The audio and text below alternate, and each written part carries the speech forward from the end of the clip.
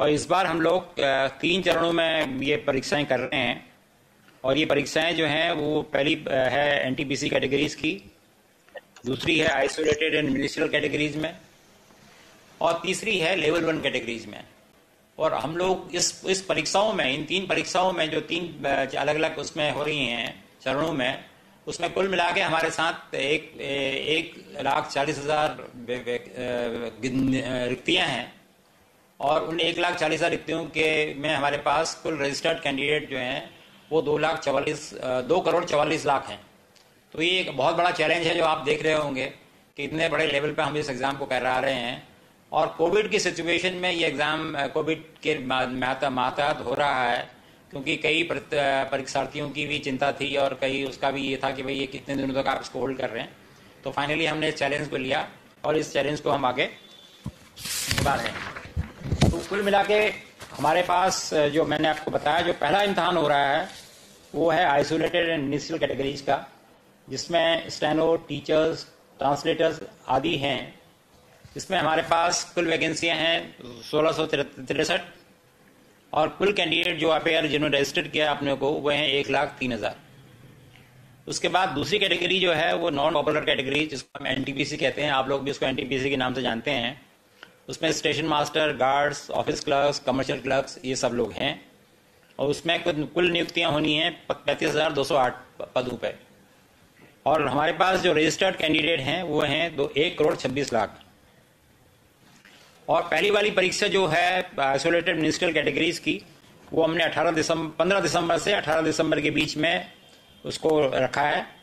और जो non technical popular category का एग्जाम है, इसको अभी हमने 28 दिसंबर से शुरू करना है और मिड मार्च तक ये जाएगा, क्योंकि आपने देखा है 1,26,00,000 कैंडिडेट हैं, तो ये लंबा पीरियड चलेगा। और तीसरा एग्जाम जो हम करने जा रहे हैं वो है लेवल 1 का, जिसमें ट्रैक मेंटेनेंस हैं, पॉइंट्समैन हैं और भी कई लेवल 1 की पोस्टें हैं जो इसमें होगा। और कुल इसमें पदों की संख्या है 1,03,769। और कुल मिला के इसमें कैंडिडेट हैं जो रजिस्टर्ड हुए हैं 1,15,00,000। और इनका सीबीटी हमने अप्रैल में प्लान किया है। अभी टेंटेटिव प्लानिंग है, वो आपको आगे हम इसकी सूचना दे देंगे पूर्व में, जैसा अभी चल रहा है हम एडवांस में सारी चीज़ें आपके संज्ञान में ले आएंगे। दोस्तों, अगर आप रेलवे ग्रुप डी की तैयारी कर रहे हैं तो अनअकैडमी आपके लिए free all India mock test लाया है। अगला मॉक टेस्ट 12 दिसंबर सुबह 10 बजे होने वाला है। डिस्क्रिप्शन बॉक्स में लिंक है, जल्दी से जल्दी एनरोल कर लीजिए। और अनलॉक कोड है अनअकैड। तो कुल मिला के जो अभी हम पहला एग्जाम जो 15 तारीख से शुरू हो रहा है आइसोलेटेड और मिनिस्ट्रियल कैटेगरीज का, उसमें आपने जैसा मैंने अक्टूबर से 20 अक्टूबर के बीच में प्लान है, हम 15 अक्टूबर से 20 अक्टूबर के बीच में। हाँ, अच्छा, हम लोग जो हैं इसमें कोविड-19 गाइडलाइंस को स्ट्रिक्टली फॉलो करेंगे। और हमने इसमें कैंडिडेट को उनके एग्जाम सिटी, डेट के बारे में, उनकी ट्रैवल अथॉरिटी के बारे में 5 दिसंबर से उनको लिंक भेज दिया है इसके बारे में, सो दैट उनको ये सारी सूचनाएं पूर्व में हो कि वो किस सिटी में उनका एग्जाम होगा। अभी सेंटर इसको उस वक्त पता नहीं होता है, सेंटर की बात बताएंगे वो कैसे पता लगेगा। और डेट एंड डाउनलोडिंग का ये वो अपना ट्रैवल डॉक्यूमेंट जो है, जैसे SC/ST कैंडिडेट होते हैं उनको हम लोग पासेस देते हैं, तो वो अपने ट्रैवल डॉक्यूमेंट 5 दिसंबर से डाउनलोड कर रहे हैं। और जो ई-कॉल लेटर्स हैं वो हम आज 11 तारीख को 4 बजे से वो उनको ई-कॉल लेटर भी आज डिस्पैच करना शुरू कर देंगे। और हमने इसमें सभी अपने प्रतियोगियों को ये बताया है कि भाई वो आगे की सूचना या कोई भी सूचना में किसी और वेबसाइट या किसी और सोर्स पे अवेलेबल न करें। वो हमारी जो RRBs की ऑफिशियल वेबसाइट हैं उसमें ही सूचना पे निर्भर करें और सत्यता कर जो सत्य सूचना के बारे में। और जो इस बारे में आपको बताना चाहूँगा कि जो ये 15 तारीख से जो एग्ज़ाम हो रहा है, इसमें 1,00,000 कैंडिडेट हैं और हम लोगों ने 354 CBT सेंटर्स फाइनलाइज किए हैं। और ये कैंडिडेट जो हैं लार्जली इनको सबको आइदर उसी शहर में, अब उसी प्रदेश में, या जहाँ पे मिनिमम ट्रैवल इन्वॉल्व हो वहाँ पे हमने इनको अकोमोडेट किया है। तो हमारा प्रयास पूरा ये है कि कम से कम लोगों को डिस्टर्बेंस हो और लोगों को कोई तकलीफ ना हो। ये एग्जाम 2 शिफ्ट में होंगे, 120 मिनट के, 90 से 120 मिनट के। हाँ सॉरी, ये जो जनरल कैंडिडेट है उनको 90 मिनट का समय मिलेगा, और जो विज्ञान हाँ जो लोग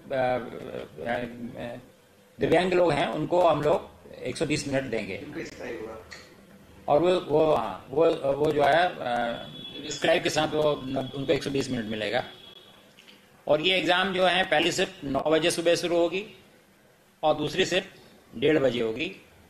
मतलब गेट, सॉरी, मैं आपको ये बताना चाह रहा था कि पहली शिफ्ट का गेट ओपनिंग टाइम 9 बजे होगा और गेट क्लोजिंग टाइम 10 बजे का होगा मॉर्निंग में, और एग्जाम 10:30 बजे शुरू होगा। और दूसरी शिफ्ट जो है 1:30 बजे से शुरू होगी, 1:30 बजे गेट खोलेगा उसका, और गेट क्लोजिंग जो है वो 2:30 बजे हो जाएगा, और 3 बजे से एग्जाम होगा। तो हम, और अगले स्लाइड में मैं देख रहा हूँ, दिखाऊंगा आपको कि कैंडिडेट समय जो 1,25,000 क्या कितना, अच्छा सॉरी, हाँ ये 1,11,917 कैंडिडेट किस तरीके से, किन प्रांतों में किस तरीके से इनका डिस्ट्रीब्यूशन है, वो आपको इसकी जानकारी मिल जाएगी इससे। जैसे उत्तर प्रदेश में सबसे ज्यादा कैंडिडेट है, मेरे ख्याल से मिजोरम में सबसे कम है क्या, या अंडमान निकोबार में सबसे कम है। तो ये इस तरीके से इनका, हमारे यहाँ जो एप्लीकेंट हैं उनका डिस्ट्रीब्यूशन ये है। और सिमिलरली अगली स्लाइड में हम दिखा रहे हैं आपको कि 1,25,88,524 एनटीपीसी कैंडिडेट, उनका डिस्ट्रीब्यूशन किस तरीके से है, हम हर स्टेट्स में कहाँ पे उनको है। तो हमारी पहला प्रयास यही है कि जहाँ जिस प्रदेश के हैं वो उनको वहीं पे अकोमोडेट कर सकें। और बहुत बड़ा चैलेंज है कोविड सिचुएशन में इसको कराना, तो उसमें जो कुछ मिनिमल डिस्टर्बेंस, अनअवॉइडेबल डिस्टर्बेंस होगा, वही हम चाहेंगे कि प्रतियोगियों को रहे, अन्यथा वो ऐसा नहीं होगा।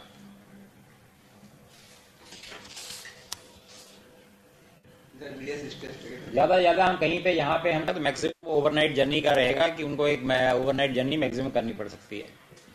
फीमेल और पीडब्ल्यूडी कैंडिडेट जो हैं उनको हमने कोशिश किया है कि वो अपनी होम स्टेट में ही अकोमोडेट हो जाएं। तो जो लोग दिव्यांग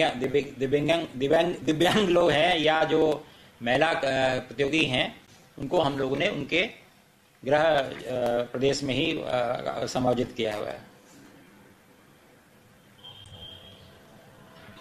पर जैसा मैं पहले बता चुका हूं कि कुछ अनअवॉइडेबल इंटर स्टेट मूवमेंट होगी, क्योंकि वो जिस तरीके से डिस्ट्रीब्यूशन है कैंडिडेट का, उस वजह से कहीं पे ऐसा रहेगा फैक्टर कि कहीं पे ओवरनाइट जर्नी लोगों को करनी पड़ेगी।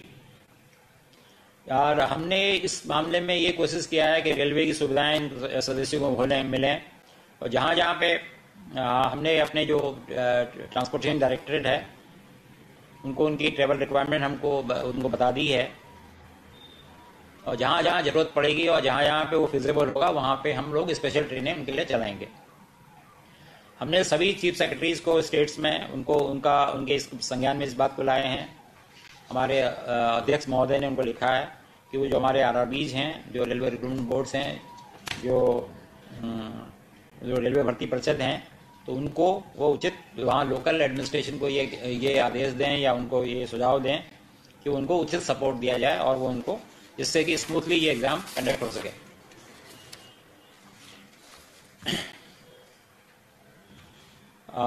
एक और इसमें आप देखिए, इस सीबीटी एग्जाम में या इस मेथोडोलॉजी में हम लोग पूरा प्रयास कर रहे हैं कि हमारे जो फर्स्ट टाइमर्स हैं, जिन लोगों ने पहले इस तरीके का कोई एग्जाम नहीं दिया है, उनको भी किसी तरीके की असुविधा ना हो।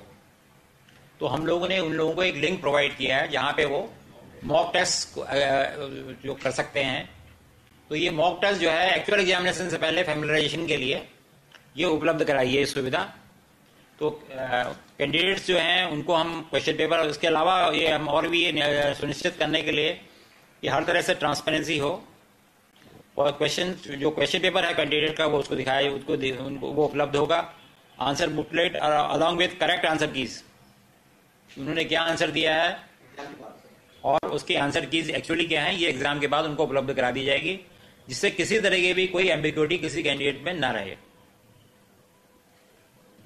और ये भी हमने उनको सुविधा दी है कि अगर वो कहीं पे उनको किसी चीज में वो सहमति नहीं रखते हैं तो वो करेक्शंस के या कोई करेक्ट उनको लग रहा है कहीं पे कोई करेक्शंस गलत हैं या कुछ क्वेश्चन है उनके, तो वो अपने ऑब्जेक्शन रेज कर सकते हैं।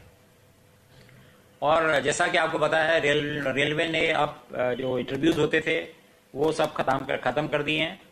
तो इन एग्जाम्स में जो ये सीबीटी एग्जाम है इसकी परफॉर्मेंस ही प्लस जो मेडिकल और बाकी चीजें होंगी, बाकी यही इनके पैरामीटर रहेंगे। तो कोई डिस्क्रिप्शन नहीं है, तो सारी ट्रांसपेरेंसी इस एग्जाम में रहेगी। इस एग्जाम में हमने इंटीग्रिटी जो है हाई लेवल की इंटीग्रिटी रखने के लिए क्या लिखा है कि biometric and photo capture before exam, ये सुविधा दी है कि जो एग्जाम से पहले बायोमेट्रिक और फोटो कैप्चर जो है वो जो हमारे जहाँ पे एग्जाम सेंटर होगा वहाँ पे ये सुविधा रहेगी कि उनका बायोमेट्रिक भी होगा और उनका फोटो कैप्चर भी होगा, जिससे कि इम्पर्सोनेशन, आपने कई इस तरह की घटनाएं देखी हैं जहाँ पे दूसरे कैंडिडेट अपेयर हो जाते हैं, बाद में काफ़ी लॉ एंड ऑर्डर सिचुएशन हो जाती है या पुलिस कंप्लेंट हो जाती हैं, तो उससे हम लोगों ने बचने का पूरा प्रयास किया है। और जो कैंडिडेट का फोटो होगा वो कैंडिडेट की स्क्रीन पर डिस्प्ले होगा। यहाँ पे सीसीटीवी सर्विलेंस भी होगी और कमांड सेंटर में रियल टाइम मॉनिटरिंग भी होगी। और जो कैंडिडेट जो उनके जवाब होंगे वो सिस्टम में कैप्चर हो जाएंगे और वो 128 बिट इंक्रिप्शन में रहेंगे, जिससे कि वो उसमें कोई आदमी उसमें वो नहीं कर पाए, किसी तरीके की उसको डिस्टर्ब ना कर पाए। हमारे पास हर कैंडिडेट का डिटेल ऑडिट ट्रेल अवेलेबल होगा। तो ये आपको ये जान के बड़ी खुशी होगी कि आरआरबी हमारी जो है टोटली कमिटेड हैं। कई दिनों तक लोगों ने डे एंड नाइट काम किया है। ये पूरी प्रोसेस हम लोगों के लिए एक नया एक्सपीरियंस था। इसमें कई हमारे आरआरबी के चेयरमैन इन्वॉल्व थे, प्री बिड्स के स्टेज में, बिड डॉक्यूमेंट बनाने में, पोस्ट बिड में। तो ये बहुत इसमें काफ़ी काम हुआ है और हर प्रयास किया गया कि जिससे कोई किसी तरीके की किसी को ना तो असुविधा हो और ना कोई किसी तरीके की कोई किसी को अनड्यू एडवांटेज मिले। मैं एग्जाम के दिन में हम लोग कैंडिडेट्स का टेम्परेचर लेंगे और जो कि थर्मोगन से लिया जाएगा, जिनका प्रेस्क्राइब टेम्परेचर जो प्रोटोकॉल के हिसाब से टेम्परेचर प्रेस्क्राइब है उससे ज़्यादा का टेम्परेचर होगा, तो उनको एग्जाम से डिसअलाउ किया जाएगा, उनको रजिस्टर्ड मेल से इन्फॉर्म किया जाएगा और उनको रिशेड्यूल किया जाएगा उनका एग्जाम। ऐसा नहीं कि उनका चांस अगर उधर टेम्परेचर कितना न खास किसी वजह से अगर उनको टेम्परेचर आ जाता है तो ये प्रयास होगा कि उनको रिशेड्यूल करके दूसरे दिन किसी और उसमें सुविधा अनुसार उनको दूसरे दिन के लिए शेड्यूल किया जाएगा और इसकी सूचना उनको पर्याप्त रूप से दी जाएगी, समय पर दे दी जाएगी। यहाँ इस एग्जाम में कैंडिडेट को फेस मास्क पहनना है, वो अपना फेस मास्क खुद पहनेंगे। और एक हमने और ये देखा है कि हम ये नहीं कह रहे हैं कि उनको कोविड टेस्ट करा के आना चाहिए, पर हम ये कह रहे हैं कि वो एक डिक्लेरेशन देंगे कि भाई उनको प्रेस्क्राइब फॉर्मेट होगा उसका कि उनको न तो उनको कोई कोविड टाइप की इस तरह की कोई समस्या नहीं है उनके साथ।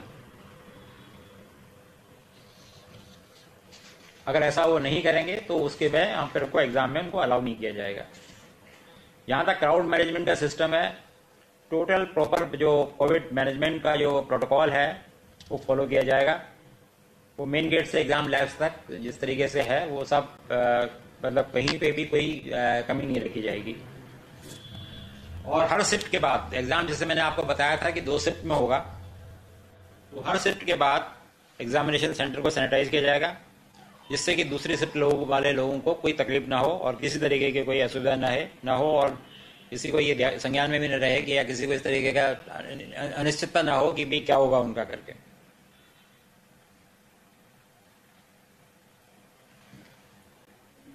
तो इस तरीके से हमने जितने भी रिलेवेंट प्रोटोकॉल्स हैं, गाइडलाइंस हैं, उनको हम लोग 100% कंप्लाई कर रहे हैं।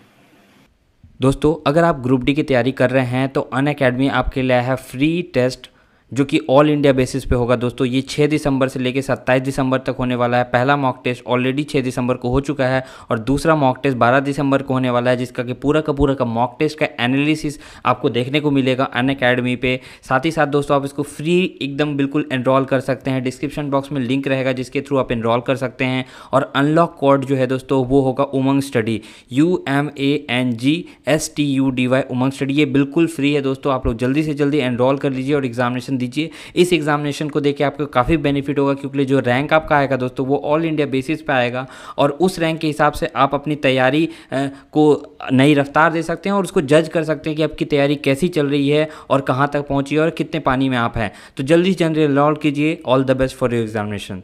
धन्यवाद।